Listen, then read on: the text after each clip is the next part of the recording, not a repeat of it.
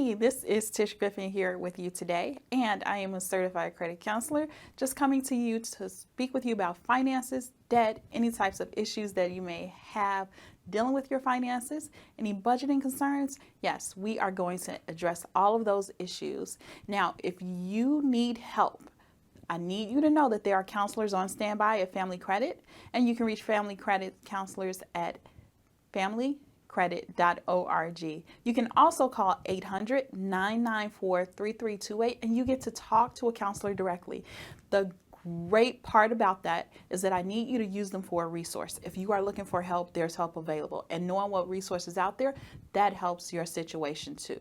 A lot of times we go through those money issues and have money problems and don't know who to talk to. So I'm just letting you know that there are resources available for that. Now, today's show, we want to tackle what strategies that you can use to improve your financial situation. And the number one thing that people talk about is, hey, investing. You can invest in yourself, you can invest in business opportunities, but what ways work for you? So we are going to talk about some different ways to invest and get into the meat of what investing truly is, okay? Before we do that, remember, counselors on standby at 800-994-3328. I want you to know that I am not here to give you any type of legal advice. This is just simply to educate you on what you can do for yourselves. Because yes, you do have the power to take your finances in your hands and into your control and make things better for you. A lot of the information that we're going to share today, I want you to know that, guess what? Family Credit has it available to you. That's right. You can reach out to Family Credit and look for this guide, Personal Finance Made Easy. This is available to you through Family Credit, and you can get this actual book for free for you to go through with your finances. There's some great chapters on investing, on your credit report, on how to get your credit report. All of that is in this. It's available to you for free for reaching out 800-994-3328 or even just talking to a counselor and requesting that information. So with the economy the way that it is very important that we focus on trying to make our money work for us. And right now, people are expected to lose jobs, lose their savings, because guess what? We've gone through COVID. We've used up all the money that we have. So the thing that we want to focus on is, how do I get back to where I was before? How do I become better than I was before? I want financial stability. I want financial freedom. I want to be out of debt. And that is exactly what we need to do and focus our mindset on: getting out of debt, being able to save as much as we possibly can and invest wisely with that so that we can create a surplus or emergency accounts, emergency savings, being able to do those things that we need out of life and being able to sustain our life. What happens if you lose your income? And that's why we want to look at different ways of doing that. The first thing that people always think about when they think about investing is property. Hey, maybe I need to buy a home, or if I have a home, maybe I need to buy an investment property or something like that. Keep in mind that an investment property simply is a property that makes money for you. You are purchasing that so that you can get income off of it, be it you're renting out rooms or renting out units. You can have your own single family home that you live in, and guess what? You decide to rent that out or a portion of it out. That is possible. What you want to pay attention to is the value of the home. And you want to make sure that the value continues to increase in that home. A lot of times we don't have any control over that, though, because there are so many other things that affect our property values, such as the homes around it. Keep in mind, if someone in your neighborhood or on your block or on your street goes into foreclosure, it affects the value of your home too. Also, the school district, the crime level, if there's any stores around it, any accessibility to transportation, those things also affect the value of your home and your ability to keep the home together or to keep the home, just the upkeep of the home, outside and inside. So yes, that affects your property and the value. Now, the value of it weighted against what you actually own on it is the equity. And so a lot of people say, well, I want to pull out equity in my home. That's why I have my home, because I need to be able to pull the equity out and make it work for me. What exactly does pulling out equity mean? First, what does equity mean? When you think about the equity in your property, equity is simply the balance that you owe on the property versus the value of the actual property in the neighborhood. So let's say you took out a mortgage for $200,000, but now your home is worth $300,000. And you've paid your balance down to $150,000 from when you first got that loan. So that means the equity in your property is actually $150,000 because you've paid it down your original loan of $200,000 to $150,000. That's $50,000 right there. And the actual value based on the community, the way that the home is made up, the likelihood, the build, everything in it is an additional $100,000. So the difference between your actual loan balance and the value of your home is the equity. So in that case, you now have $150,000 worth of equity in your home. And you may say, wow, that's actual money that you can pull out of the home and touch and use, which is a great thing. But also I want you to make sure that you know if you pull that equity out just like that, now you're creating a debt. Because if you pull the equity out of your home using, let's say, a home equity line of credit or a home equity loan, guess what? That amount that you're pulling, now you have to make a monthly payment on that until you're able to pay it off. And then you'll be putting more equity back into the home once it's actually paid off. But just so you know, pulling out equity does mean that you create a new loan, because in order for you to do that, you have to go to a bank and they have to pull that money out and give that to you. So yes, you are creating another note or payment on that loan. So keep that in mind. A lot of banks will only let you pull up to a certain percentage as well. They want to see that you still save at least 20% equity in your home. And the reason why they do that is because if something were to happen, they want to know that you are able, or have a way to get some needed cash or capital out of that home. So yes, those home equity loans and lines are there for a reason. Just be careful when you use them, and you want to make sure you're continuing to add value to your property, to your neighborhood, and to the community. So it starts by simple things as making sure your lawn is cut, making sure your grass is kept up. Some people invest in flowers, just the upkeep. Your stairs, you want to keep those looking good. And sometimes your community also offers programs to help you with that too. So keep that in mind. If you are thinking about purchasing property, if you're thinking about owning a home, owning an investment home, you can make sure that you have yourself in order before you even think about it. You want to talk to a lender. Yes. First step will be talking to a lender to see what you qualify for. But before you do that, make sure you have yourself together and get a hold of your credit report. Know what it is that you make each and every single month, the money coming in and out. But more than that, knowing what you can comfortably afford with your budget. So when you're looking at your credit report, go ahead, pull that, contact a counselor, Family Credit, 800-994-3328 to make sure that you are on track. You want to go over your credit report, make sure you know what you can afford, and keep that in mind too with the neighborhoods that you're going to be living in or that you're thinking about. So pull your credit report, contact a lender, then they'll help you establish and talk to a realtor as well. But those are the few steps that are needed.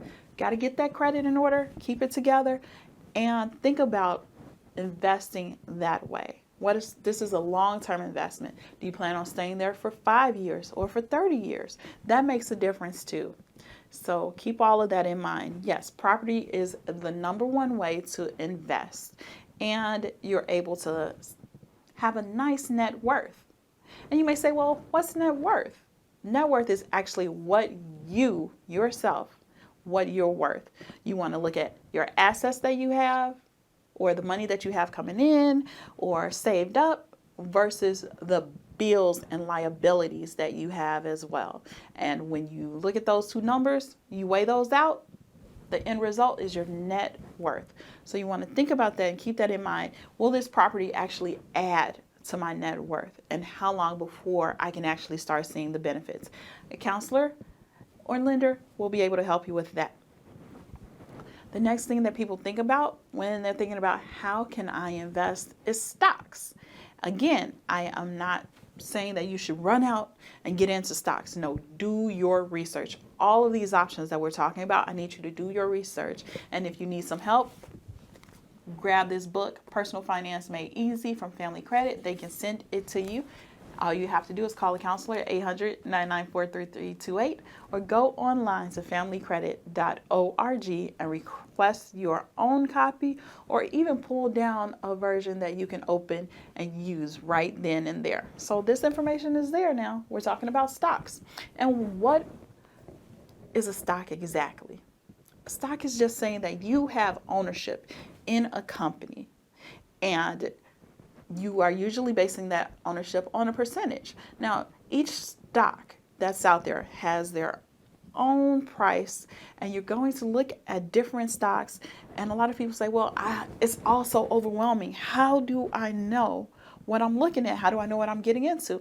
The first thing that you want to do is think about investing in what you know. Of course, you need to look at your budget and see how much you can comfortably afford to even put towards something like this. And then we want to look at what your options are. Again, we're talking about a stock. When you purchase a stock, you become a shareholder in a company. And a shareholder just simply is the people in the company that own the stock. And a lot of companies are beholden, or they want to turn a profit. They want to make money, and they want other people to continue to invest in them. So what do? They want to do their best to impress their shareholders or people who own stock in their companies. So one thing that you can do is see what benefits do shareholders have as well. That's something that we all want to think about. We all want to research. When you're looking at those companies, you want to put a lot of money aside, or you want to invest, something that you can think about. What amount can I comfortably afford to invest so that I can become a shareholder? And will that company actually make my investment grow? Do they pay what's called dividends? So anytime a company makes money, they may take a portion of the money that they make and give it back to their shareholders or those people that own stock. A lot of companies will also invest in themselves again and try to improve their research and development companies as well. So it's a lot that goes into a stock, a lot to be thinking about. But you want to say, am I looking to make money really quick? Or is this for my long-term gain? Is this something that I'm putting towards retirement as well? So a lot of people, when they look at stocks, that's what they think about. You trying to make a quick buck? Because a lot of times when you're doing that, you may find that the stock will lose value. And if the stock loses value, you get frustrated because now you're losing money, which is why if you're looking at stocks, it should be part of your long-term plan. So again, if you have questions about that, or what you should invest in, you can look at talking to a certified credit counselor, certified planner, someone that can give you some information. But I do caution you, I want you to do your own research. Research the companies that you are investing in. Each company that's listed and they sell their stocks, there is a ticker symbol or symbols that they use and can be identified on the stock market. So look at that too. Think about, if my stock goes down, what's their plan? What do they tend to do? And how long do I feel that they can sustain? Is it a good company? Have they been around for a while? Are their stock prices exactly way too much for me too? Those are things that you actually want to think about. And again, you're looking at your budget to see how much can you put into that. Now, a lot of companies will help you out. If you are employed, a lot of companies will offer retirement savings, retirement plans, and what's called 401k or 403b options for your retirement. So you can reach out to your human resources and see what options are actually being offered there. That is a great way for you to save, a great way for you to plan for retirement, and that way it doesn't stress you out too much because you're not picking individual stocks like that. You have given your money over to your whoever your employer chooses, and they are watching your stocks for you.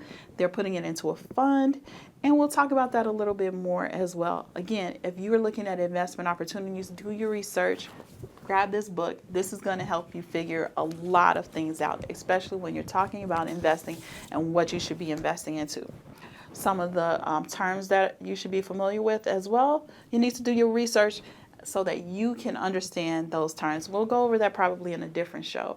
And you want to make sure that those stocks are doing for you what you want them to do. If it loses money, look at your long-term projections, and that way you'll feel more secure about it, because it can stress you out. Money stresses you out to begin with.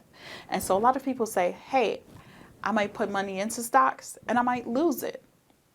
But a lot of people don't really care, because at this time you have a long-term thinking, because if you lose something, you're going to gain it back in the future. So just because you lose today, 5 years from now, things may be a whole lot better. And so that's what we're looking at, your long-term projections.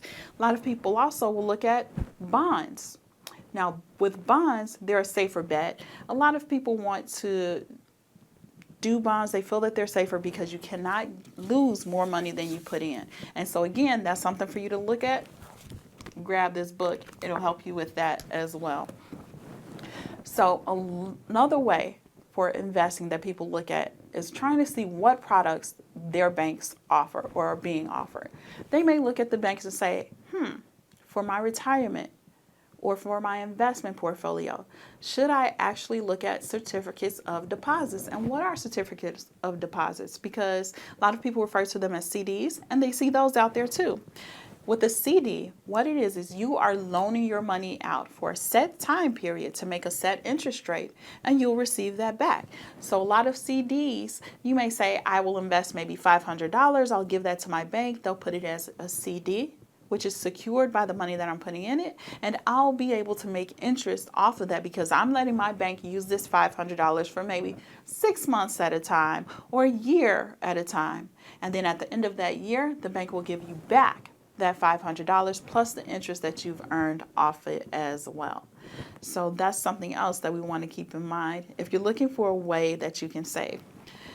The banks do hold that money, so you can't really lose it. And a lot of times at the end of whatever term you select, I see a lot of people start with 6 months though in the beginning. After that 6 months, they may take the money that they've earned off of that CD and they'll do it again and again and again.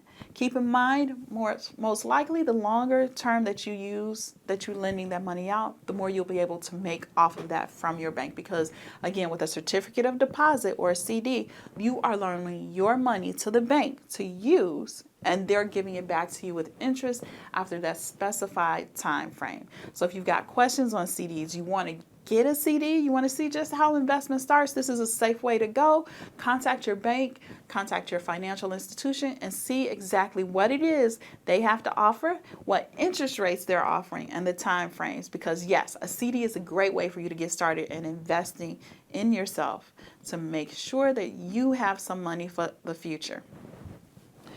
Another thing that banks offer is what's called a mutual fund. So we talked a little bit about the different stocks that are out there, right? A lot of times, again, that's a lot to take on, to do research on. And so what a lot of banks, financial institutions, and places have done, what they do is they put together a group of stocks into one, let's say, portfolio.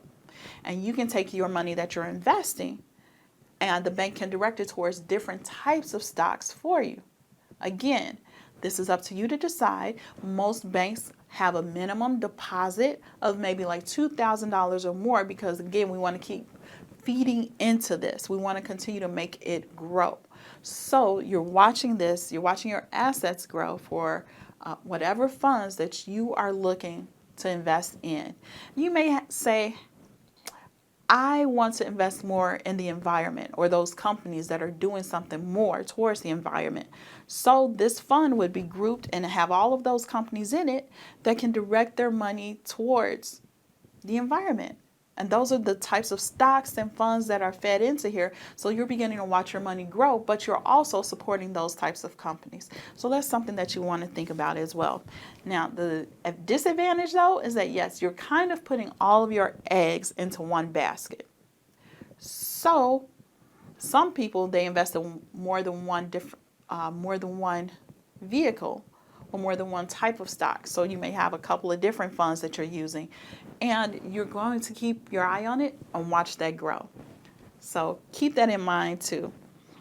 Another thing that you want to do is just talk to a financial planner. Talk to someone that can help you. Talk to your human resources and see who they can help you with as well, who they refer to. A lot of human resource departments have employee assisted professionals to help you through that. And you can reach out to Family Credit at 800-994-3328 and get a perspective on what you should do or what your retirement should look like, how much you should have saved for retirement. These are things that you want to think about because, yes, it is so very important.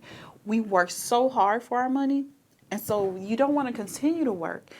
And when it comes time to retire, to say, hey, I still need a job because I don't have any money. I can't make it. We don't want to find ourselves in that position. So that's why it's important to look at your future. Think about your future. How can you invest? What age do you really want to stop working? What age can you stop working? How much money should you have in order to continue to live the lifestyle that you want to live?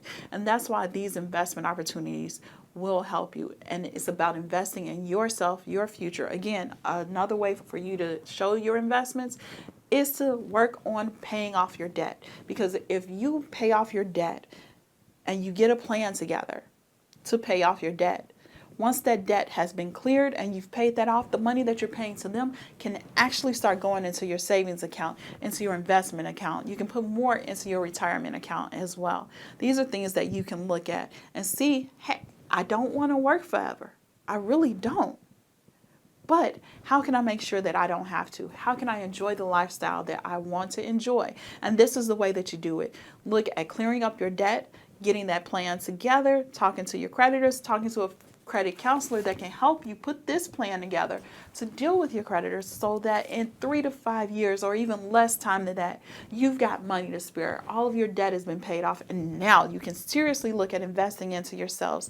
Another thing that we can get into as well is investing in commodities or precious metals, gold. These are things that people can help you figure out for yourself so that you're holding all of those assets and you seriously are making your money work for you. And that's exactly what you want to do. Make your money work for you, because we work for it right now.